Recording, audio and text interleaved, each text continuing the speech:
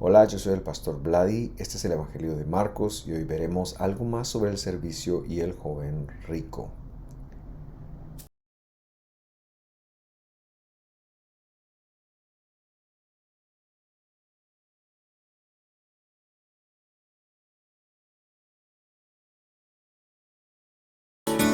Y con la misma alegría de siempre me complazco en darle la bienvenida a este estudio de Marcos. Hoy llegamos al estudio número 63.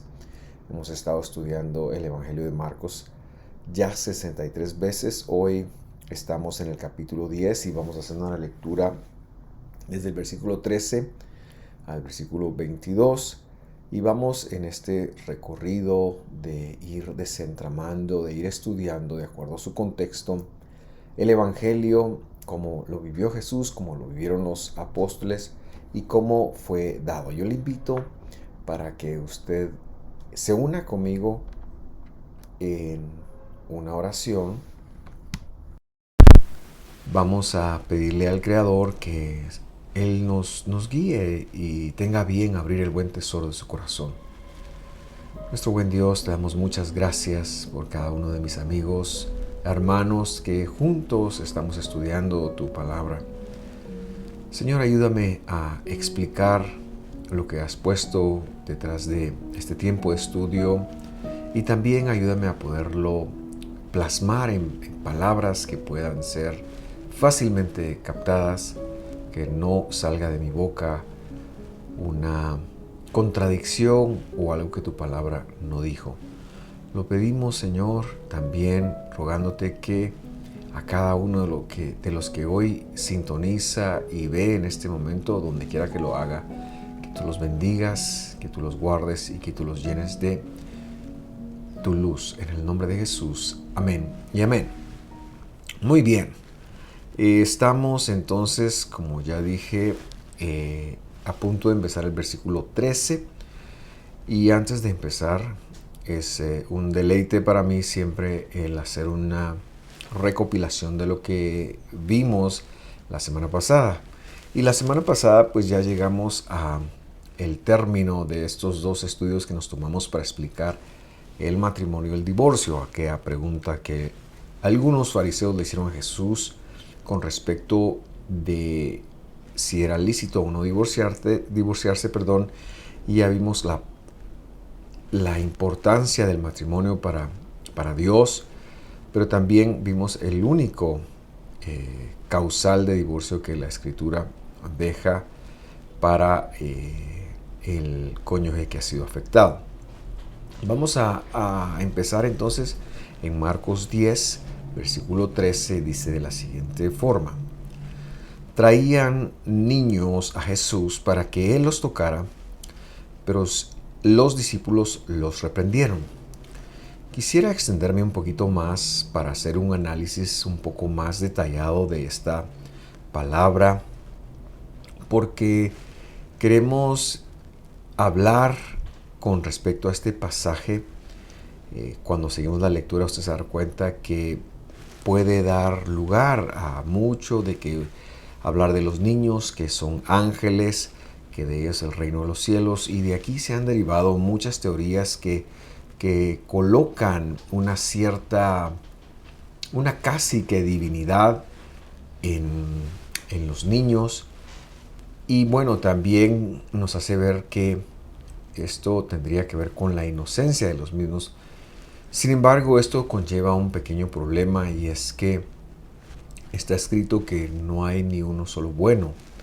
Y precisamente lo veremos más adelante, justo hoy, con este respecto. Entonces esto me puso a mí a pensar y a revisar, y nos encontramos que la palabra que se traduce como niño acá es la palabra paidón. Paidón es un diminutivo, un pequeñito diminutivo que viene de la palabra país. Y a su vez la palabra país, todavía no voy a decir cuál es, tiene su origen en el verbo paio, que significa golpear, y que la primera acepción se da hacia esclavos en primer lugar, ya que en el primer siglo los esclavos eran más abundantes que los libres, Y en ese aspecto, en el hecho de estar subordinados, es que se lo relaciona con un niño. Porque la palabra quizás es más fácil o quizás es mejor explicarla como un subordinado, ya sea un niño o ya sea un siervo, un esclavo. Recordemos que en el primer siglo la esclavitud es completamente legal, no es justa, he de decir, pero en el primer siglo es legal, era legal tener esclavos. Y esta palabra entonces ya nos podría denotar o un niño o un esclavo, porque más que cualquier otra cosa quiere decir un subordinado. ¿Cómo entonces haríamos nosotros para entender o para hacer la lectura o para hacer la interpretación? Porque si se refiere a niño, a un niño, entonces Jesús aquí está hablando de la inocencia con que se recibe el reino de los cielos. Pero si se está hablando de siervos o de esclavos, entonces Jesús va a estar hablando de otra cosa. El contexto va a dilucidar esto para nosotros y por eso seguimos leyendo. Vamos a leer ahora el versículo 14 y dice así. Cuando Jesús vio esto, se indignó y les dijo, dejen que los subordinados vengan a mí, no se lo impidan, porque de los que son como estos, es decir, los subordinados, se lo he colocado ahí entre paréntesis, es el reino de Dios. Y entonces, para ubicarnos en la escena que está ocurriendo, le han llevado a Jesús unas personas para que Él les toque, les bendiga. No estoy seguro cuál era la intención. Bueno, al final sí diremos cuál es la intención de que les llevaran a ese tipo de personas. Pero el Señor se indigna porque ve que los discípulos quieren reprenderlos. Y hay una conexión aquí muy interesante y vamos a acercarnos a, porque recordará usted que leemos subordinados porque no sabemos si se refiere a niños o a esclavos. Y esto es algo que poco a poco vamos a ir dilucidando. Para ello, decimos que el reino de Dios, es decir, Jesús ha dicho, de los que son como estos, es el reino de Dios. El reino de Dios es de las personas que se atreven a actuar como ellos. Si fuera niño, fuera inocencia, pero repito, esto genera un problema porque no hay un solo inocente. Y si fuera siervo, entonces se refiere a otra cosa. Pero el reino de Dios no es otra cosa más, según la teología y el léxico teológico de la época, no es otra cosa más que la expresión mínima de Dios. El Malhut se refería a la expresión mínima de Dios. Y en algún momento hemos señalado que la palabra Elohim, que se traduce como Dios normalmente, se refiere al conjunto de todos los atributos de Dios. Y que este Dios todopoderoso, cuando vino a la tierra, se disminuyó. Aquí está hablando entonces no de un lugar, no de un espacio, sino está hablando de que los que se atrevían a actuar como actuaban estas personas que le están trayendo a Jesús para tocar, que esa actitud o que esa era la forma de recibirlo a Él. Y entonces ya tiene que ver con la relación con Dios, con cómo nosotros recibimos a Jesús. Y repito, si es de niños se refiere a inocencia, pero veamos el versículo 15. En verdad les digo, dice esta versión, pero recordará usted que esto es algo que ya hemos hablado también. Aquí lo que está en griego es la palabra amén, que el que no reciba el reino de Dios, es decir, a Jesús, como un subordinado, no entrará en él, no llegará a tener una relación con Jesús. Y ya esto sí nos dilucida de qué se refiere. ¿Y por qué digo esto? Por la palabra amén. Si recordamos qué significa la palabra amén, es un dicho rabínico, es un dicho de los maestros de Israel de este tiempo.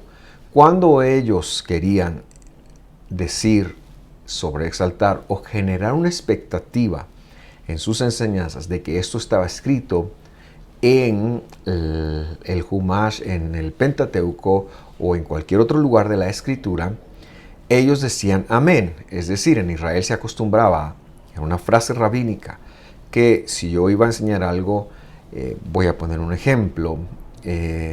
Amen, amén. Amen a sus enemigos. Lo que yo estaría diciendo, si hubiera sido en el primer siglo, es, está escrito que amen a sus enemigos, y sobre esto entonces ya viene una explicación de qué se trataría. Recibir a Jesús, en palabras del mismo Jesús, es algo, y la forma de hacerlo, ya dijimos, es algo que está escrito. Ahora, si fuera como niños, que este es lo que se ha traducido regularmente, diríamos que el reino de Dios hay que recibirlo con inocencia.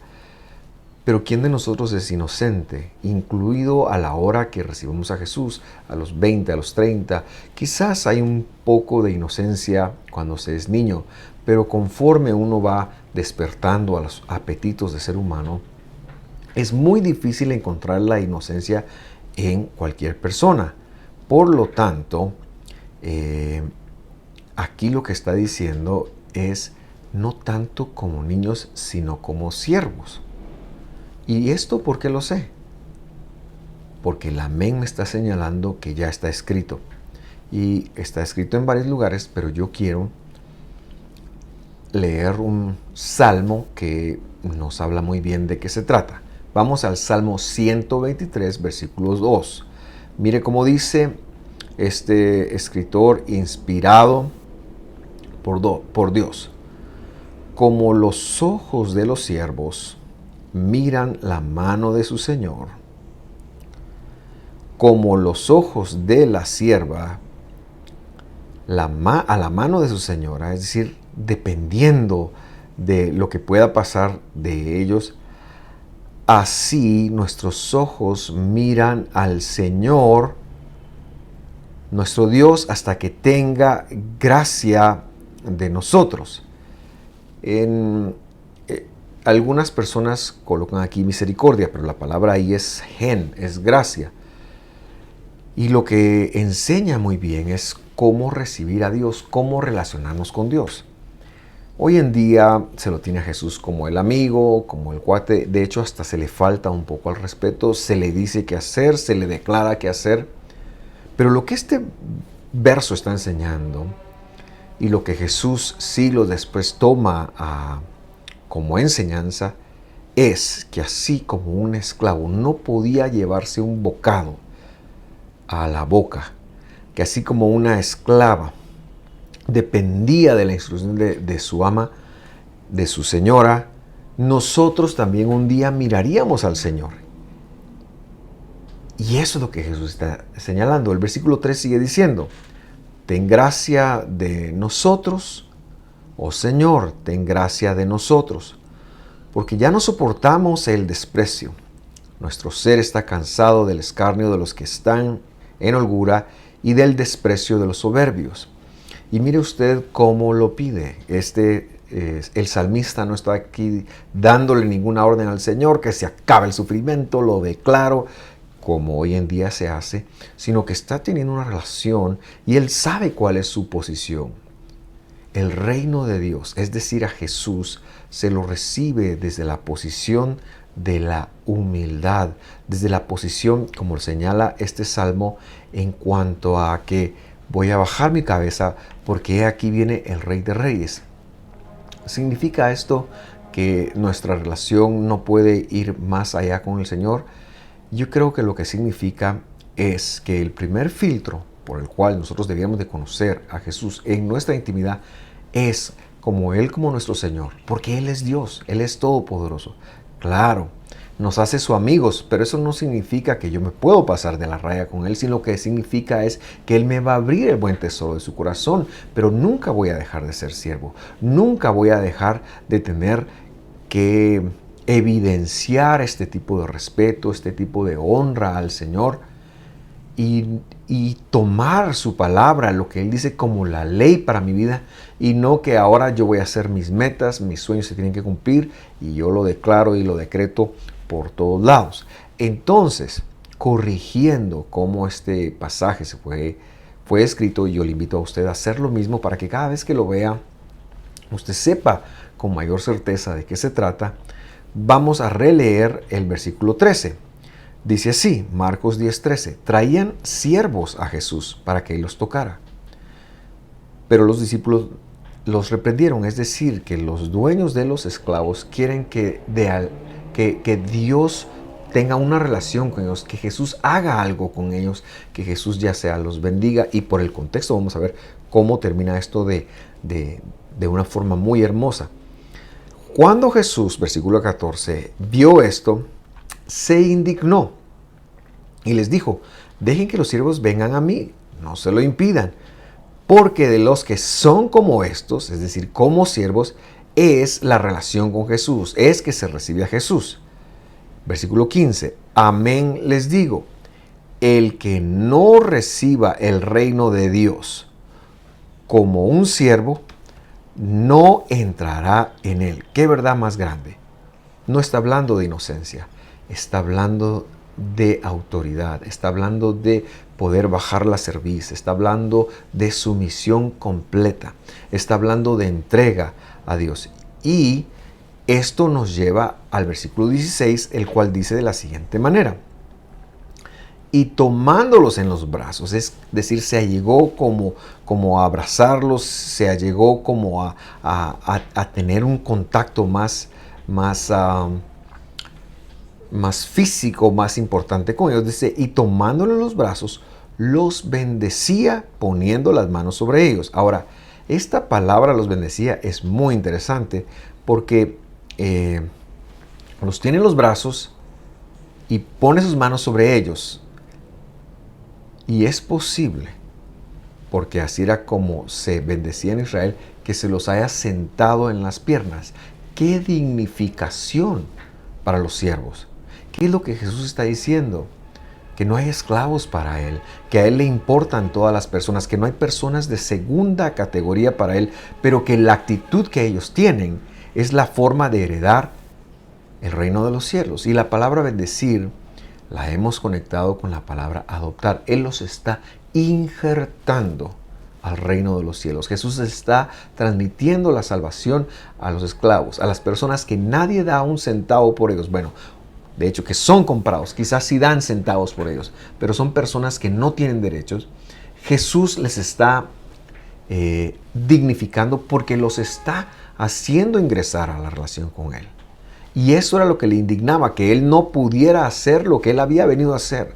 Esto no tenía nada que ver con la inocencia de los niños, sino tenía que ver con la vida de los esclavos. Jesús vino a dignificar la vida y aquí les está adoptando, aquí les está insertando en el reino de los cielos.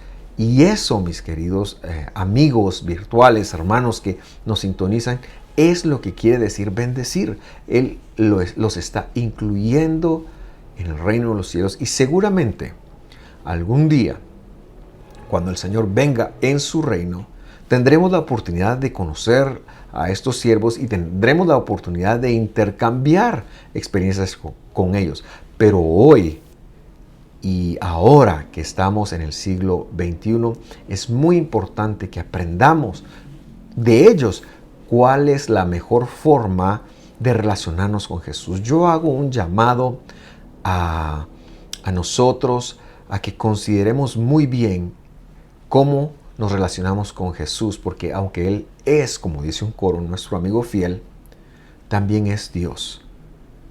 Y nuestra primera intención debe de ser el tener la humildad de quitarnos la corona que Él nos haya dado y ponerla y rendirla a sus pies y entender y conectar que siervos de Él somos, que estamos aquí en la tierra para servirle. Esto es muy importante. Continuamos ahora entonces con la lectura del versículo 17 y ahora vamos a hacer un pequeño cambio de tema. Y es que en este estudio, verso a verso del Evangelio de Marcos, pues sigue esta lectura. Acompáñeme, por favor. Cuando Jesús salía para irse, vino un hombre corriendo y arrodillándose delante de él le preguntó: Maestro bueno, ¿qué haré para heredar la vida eterna?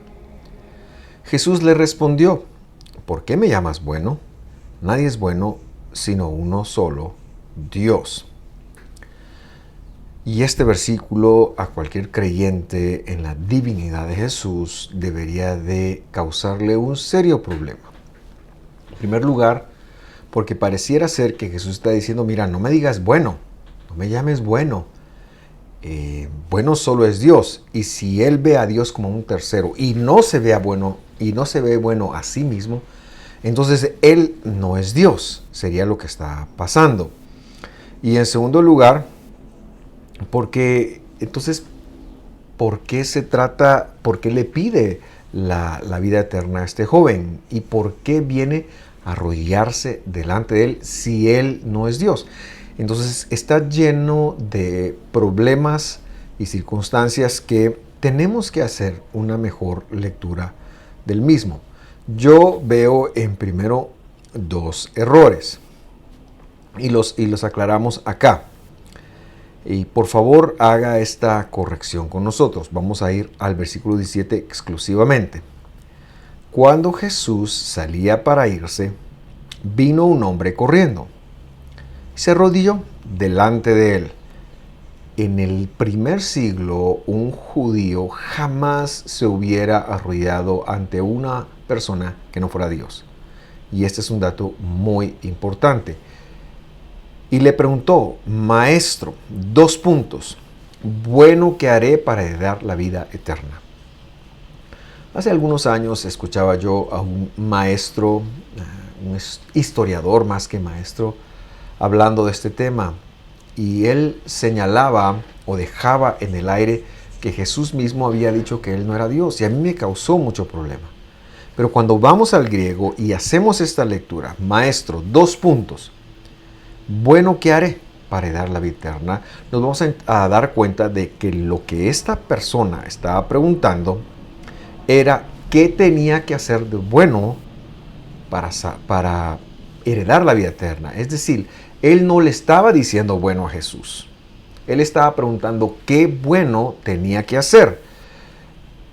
Y esto nos sumerge en un aspecto lingüístico muy importante. En primer lugar, porque Jesús ni este personaje hablaron en griego. Aunque tenemos el manuscrito griego, es lo más antiguo que tenemos, pero ellos no hablaron en griego. Seguramente, ellos hablaron en arameo, y esta es una forma muy semítica de preguntar las cosas. Por ejemplo, si yo digo, para preguntar en una lengua semítica qué tan mala es la situación, puedo muy fácilmente empezar allí. Malo, ¿qué tanto está la situación? Eso es un semitismo, esa es una forma muy semítica de hablar, y que la estructura en griego haya respetado esto, entonces nos enseña que seguramente los originales eran arameos o hebreos, y que cuando se tradujo, las personas que lo tradujeron trataron de ser lo más fiel posible a la idea semítica que se estaba transmitiendo. Aquí tenemos una prueba.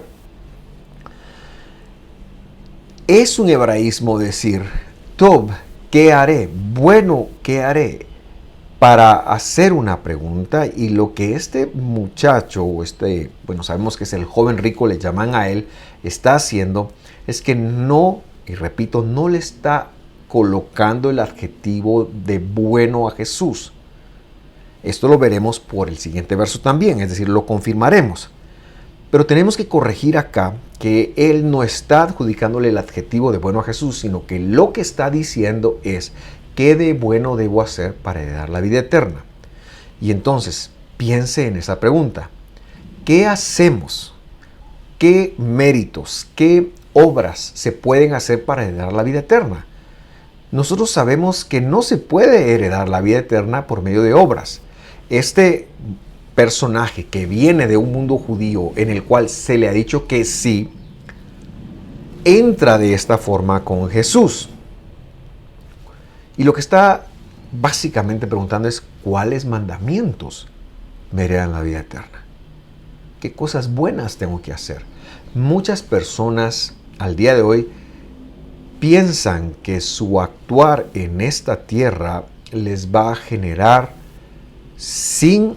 repito, sin conocer a Jesús, les va a generar alguna especie de rendimiento en la vida futura. Algunas personas que no creen en el Dios de la Biblia, pero que tienen otras filosofías, piensan que van a llegar, o que de hecho su ser incorpóreo, el alma, ya hemos hablado de aquí de esto, se va a ir a un lugar y allá lo van a tener muy bien porque se portaron muy bien acá, porque hicieron buenas obras. Esto es más o menos lo que está preguntando, que era también un elemento muy visible en la cultura farisea. Y se piensa entonces que si yo me porto bien acá, allá, donde sea allá, aunque no crean en el Dios de la Biblia, Dios va a tener que ser bueno conmigo. Y Jesús va a desvirtuar completamente esto. Déjame decirte algo, si tú no conociste a Jesús aquí en la tierra, no vas a heredar la vida eterna. Simple y sencillamente no funciona así. Pero Dios tampoco te va a dejar de pagar lo bueno que tú hagas acá. La mejor forma de vivir es con Jesús como nuestro Redentor, y por eso justo está colocado este relato después del relato de los siervos. Entonces la mejor forma de vivir acá es vivir como un siervo de Jesús, porque Él te lo va a pagar acá, pero también te va a acumular tesoros en los cielos y vas a heredar la vida eterna. De hecho, esta enseñanza culmina ahí. No llegaremos hasta ahí el día de hoy por cuestiones de tiempo, pero es donde culmina. Muy bien, corrijamos entonces ese primer error. No le llamó bueno, sino que le dijo: maestro, ¿qué de bueno? ¿Cuál mandamiento bueno tengo que hacer? Veamos la respuesta de Jesús. Versículo 18, dice así: Jesús le respondió: ¿por qué me hablas de lo bueno? Nadie es bueno sino solo uno, Dios. Analicemos por favor este versículo. En primer lugar, han traducido este verbo, ¿por qué me hablas? Ese verbo no es llamar. Él no está llamando bueno a Dios. Jesús, la pregunta que le hace es: ¿por qué me estás hablando de lo bueno? ¿Por qué me estás hablando de las acciones que hay que hacer? Ese no es el punto. Nadie puede ser bueno. El único bueno es Dios. Pero aquí no se está excluyendo él mismo. Él había aceptado que el joven se postrara, nunca le pidió que se pusiera de pie. Aquí está hablando de Dios en tercera persona. Pero lo que sí está diciendo es: ningún humano puede hacer algo que lo lleve a ser salvo, que lo lleve a ser bueno. Y por eso la respuesta, y no puedo ser tan enfático en decirlo, no es ¿por qué me llamas?, como se traduce. Este no es el verbo llamar, este es el verbo hablar o decir. En castellano, esta diferencia no es tan importante, pero en las lenguas semíticas, decir o hablar conlleva una conversación. Llamar es designar, es algo muy serio. Cuando tú llamas a alguien, no es como se dice una llamada telefónica, no, tú estás haciendo una designación. Entonces él no dijo: ¿por qué no me designas bueno a mí? No, lo que el Señor pregunta es: ¿por qué me estás hablando de hacer el bien? No se trata de eso, es por gracia. Es por gracia. Esto es muy interesante, pero antes de seguir la lectura, porque aquí tendremos otro aparente problema que resolver, porque Jesús después de esto le responde hablando de los mandamientos, pero antes de entrar en eso, decimos algo. Jesús le va a hacer conectar en el siguiente versículo, en el versículo 19, que no es por medio de los mandamientos, porque no tendría sentido que Jesús le dijera nadie es bueno y ahora le dijera los mandamientos como un requisito de la vida eterna, sino que Él lo quiere ahorillar y lo quiere llevar a un momento en donde este joven se dé cuenta. ¿Por qué lo sabemos? Veamos el versículo 19. Dice así: tú sabes los mandamientos. Es decir, no le dijo: mira, guarda esto. No, Él le dijo: tú sabes los mandamientos. Él le va a hacer un regaño. Él le va a hacer una llamada de atención. Es lo que estamos a punto de ver de una forma tan elegante como solo Dios la puede hacer. Y entonces dice, tú sabes los mandamientos. Aquí no está diciendo, mira, estos son los que tienes que guardar. Aquí está diciendo, tú los conoces y los estás rompiendo. Más o menos es el sentido de esto. No mates, no cometas adulterio, no hurtes, no des falso testimonio, no defraudes, honra a tu padre y a tu madre. Lo que quiero que se percate, por favor, es que no le dice ningún mandamiento que tenga que ver directamente con Dios. No le dice, cree en el Señor Jesucristo y serás salvo tú y tu casa, que podría habérselo dicho. No le dice, mira, cree en la unicidad de Dios, que hasta que en todo Israel se sabía que era el mandamiento más importante.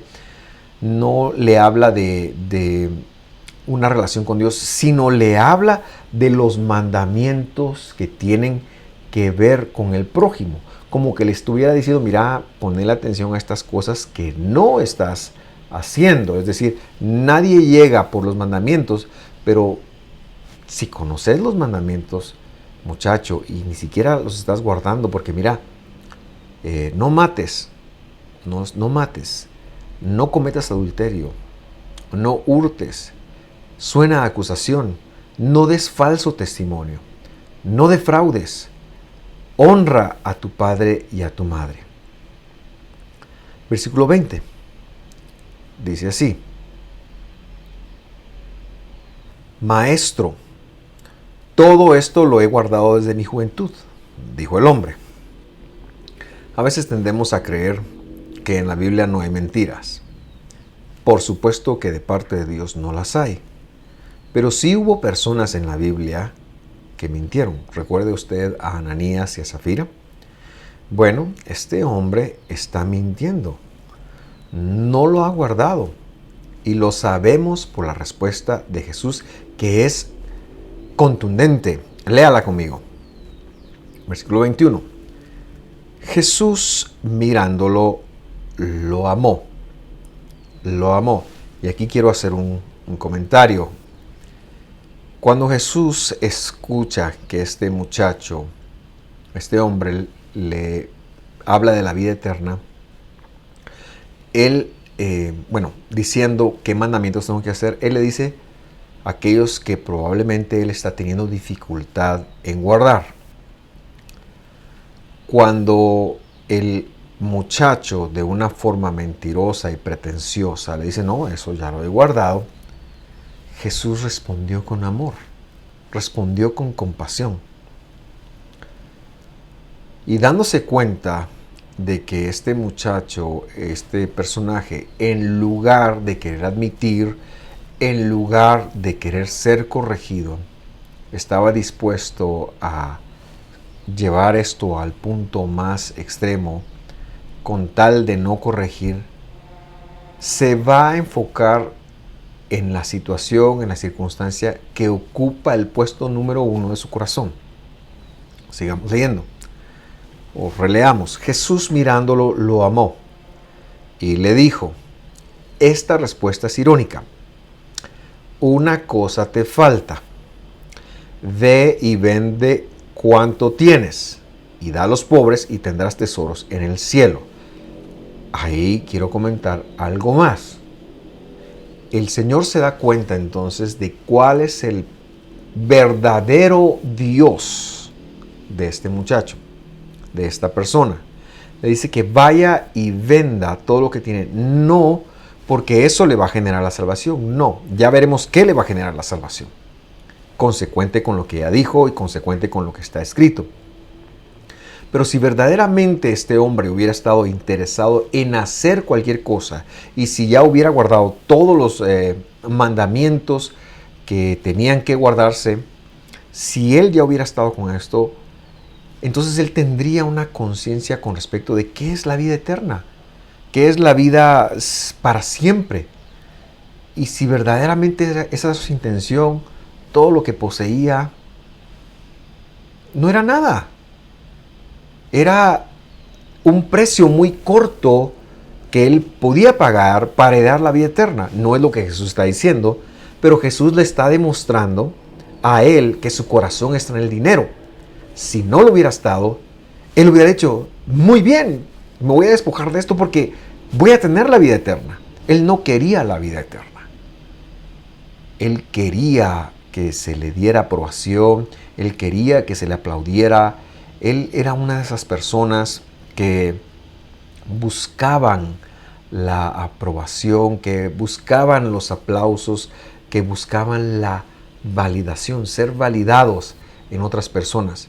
Pero Jesús le amó lo suficiente como para no validarlo, sino para enfocarlo y enfrentarlo con su pecado, que era el amor al dinero, y que, como más adelante el Evangelio dirá, este es la raíz de todos los males. Leamos nuevamente el versículo para ya ir aterrizando entonces en el concepto que quiero llegar. Dice, Jesús mirándolo lo amó, versículo 21.